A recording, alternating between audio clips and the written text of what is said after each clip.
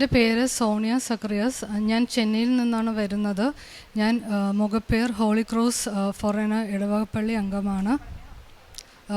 ഞാൻ 2025 മെയ് 26 ആദ്യമായിട്ട് ഉടമ്പടി എടുത്തത്. തമിഴ് എനിക്ക് അത്ര പരിചയമില്ലാത്ത കാരണം എനിക്ക് പറയാനായിട്ട് പത്രം കൊടുക്കുമ്പോൾ അവർക്ക് എക്സ്പ്ലെയിൻ ചെയ്യാനായിട്ട് ഭയങ്കര ബുദ്ധിമുട്ടായിരുന്നു.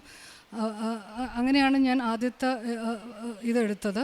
പിന്നെ രണ്ടാമത്തെ ഉടമ്പടി പുതുക്കിയത് ഡിസംബർ 29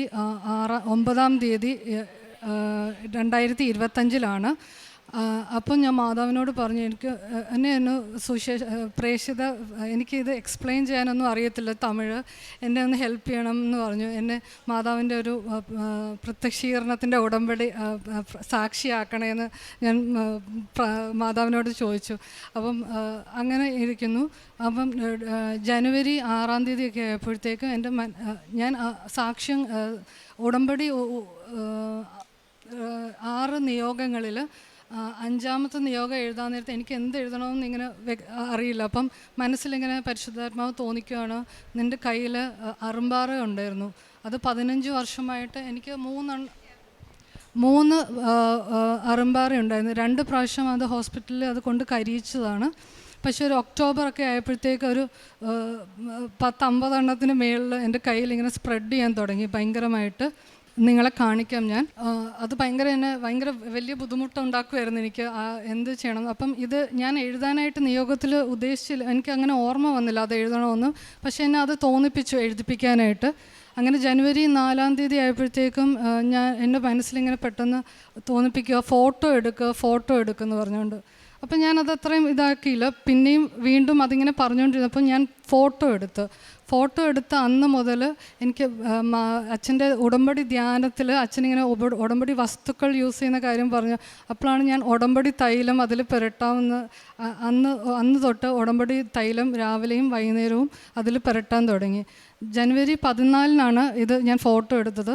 ജനുവരി 17 ആയപ്പോഴത്തേക്കും അതിൽ ഏറ്റവും വലിയൊരു വാട്ട് അതെൻ്റെ കയ്യിൽ നിന്ന് അടർന്ന് എൻ്റെ കയ്യിലോട്ട് വന്നു ഞാൻ പള്ളിയിലിരിക്കുമ്പോഴത്തേക്ക്.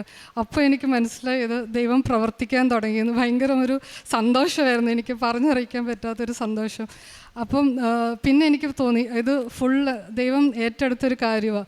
ഈ ജനുവരി 29 ഞാൻ വരെ പുരട്ടിക്കൊണ്ടിരുന്നു. അത്രയും ദിവസം എടുത്താണത് ഫുൾ. നമ്മളിങ്ങനെ ഓയിൽമെൻറ്റ് തേക്കുന്ന പോലെ തന്നെ കുരിശുവര കഴിഞ്ഞിട്ട് 2 രാവിലത്തെ പ്രത്യക്ഷീകരണ പ്രാർത്ഥന ശേഷവും തൈലം ഇങ്ങനെ പുരട്ടി. അത് പതുക്കെയാണ് പോയത്, ബട്ട് അത് എൻ്റെ കണ്ണിങ്ങനെ നിറഞ്ഞു. അത്രയ്ക്കും എനിക്കതുകൊണ്ട് ഭയങ്കര ബുദ്ധിമുട്ടായിരുന്നു മറ്റുള്ളവരുടെ മുമ്പിൽ കൈ കാണിക്കാനായിട്ട്. എൻ്റെ ജീവിതത്തിലെ വലിയൊരു ദൈവം തന്ന വലിയൊരു അനുഗ്രഹമാണ്. പിന്നെ എനിക്ക്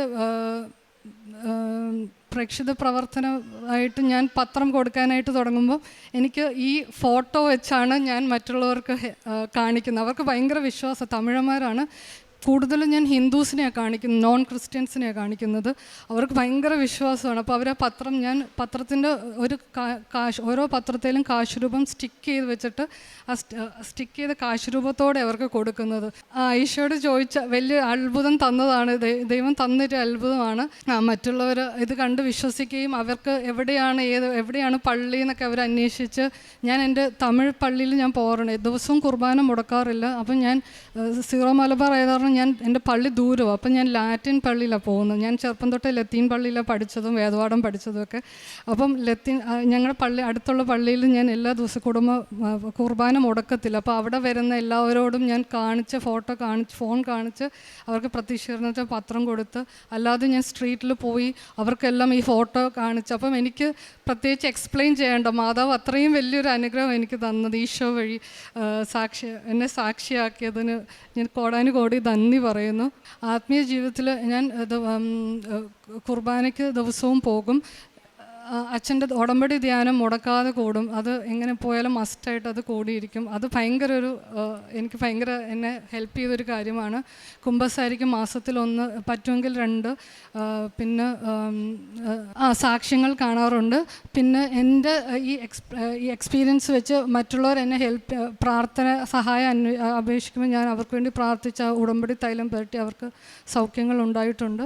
എല്ലാത്തിനും ഈശോ മാതാവിനും ഈശോ കോടാനുകോടി നന്ദി. മാതാവിൻ്റെ വിമല ഹൃദയം വഴി ഈശോയുടെ തിരുഹൃദയത്തിന് കോടാനുകോടി നന്ദി അപേക്ഷിക്കും. വിശുദ്ധ മാർക്കോസിൻ്റെ സുവിശേഷം 5-ാം അധ്യായം 34-ാം തിരുവചനം. അവൻ അവളോട് പറഞ്ഞു, മകളെ, നിന്റെ വിശ്വാസം നിന്നെ രക്ഷിച്ചിരിക്കുന്നു. സമാധാനത്തോടെ പോവുക, വ്യാധിയിൽ നിന്ന് നീ വിമുക്തയായിരിക്കുക. ഈശോ പലപ്പോഴും നമ്മെ തൊടുകയും നമ്മെ ആശ്വസിപ്പിക്കുകയും നമ്മെ സൗഖ്യപ്പെടുത്തുകയും ചെയ്യുമ്പോൾ സമാധാനത്തോടെ പോവുക എന്ന വലിയ സന്ദേശത്തോടു കൂടിയാണ് ഈശോ നമ്മെ ലോകത്തിലേക്ക് അവിടുത്തെ സാക്ഷിയായി പറഞ്ഞുവിടുന്നത്.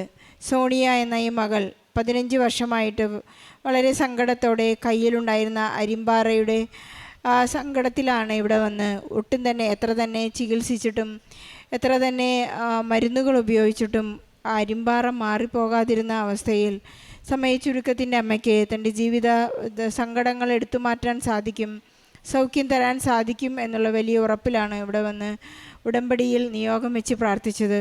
ഉടമ്പടിയിൽ നിയോഗം വെച്ച് പ്രാർത്ഥിച്ച് വളരെ പെട്ടെന്ന് തന്നെ മകളുടെ അരിമ്പാറകൾ പൊഴിഞ്ഞു പോകുന്നതായ ഒരു വലിയ അനുഭവം, നേർച്ച വസ്തുക്കൾ കൃത്യമായി ഉപയോഗിക്കുകയും വിശ്വാസ പ്രയോഗവും വിശ്വാസ പ്രഖ്യാപനവും ഈ മകൾ ഏറ്റുപറയുകയും പ്രയോഗിക്കുകയും പ്രാർത്ഥിക്കുകയും ചെയ്തതുകൊണ്ട് വലിയ ഒരു അത്ഭുതം മറ്റുള്ളവരോട് പറയുവാൻ ഈശോ ഇന്നും ജീവിക്കുന്നവനാണ്.